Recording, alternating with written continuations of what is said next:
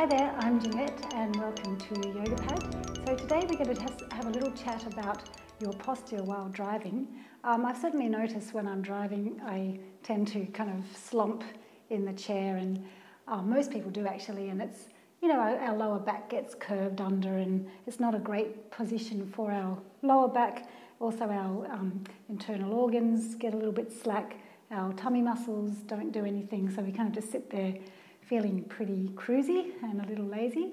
So every so often when I'm on a little drive, I like to just remind myself to sit back in the chair a bit. So what I do is I deliberately take the top of my legs back into the chair and immediately get a little bit more space in the lower back, a little bit of a natural curve that we all actually do have.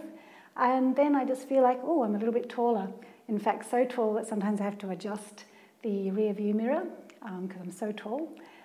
So if you feel that's a little bit hard for you to maintain that posture while you're driving, you might want to get a little towel and pop it behind your back, and then you can drive.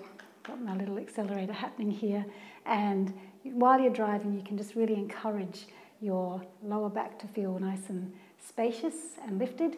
You can encourage the abdominal muscles to support all the internal organs, and you'll be good to go.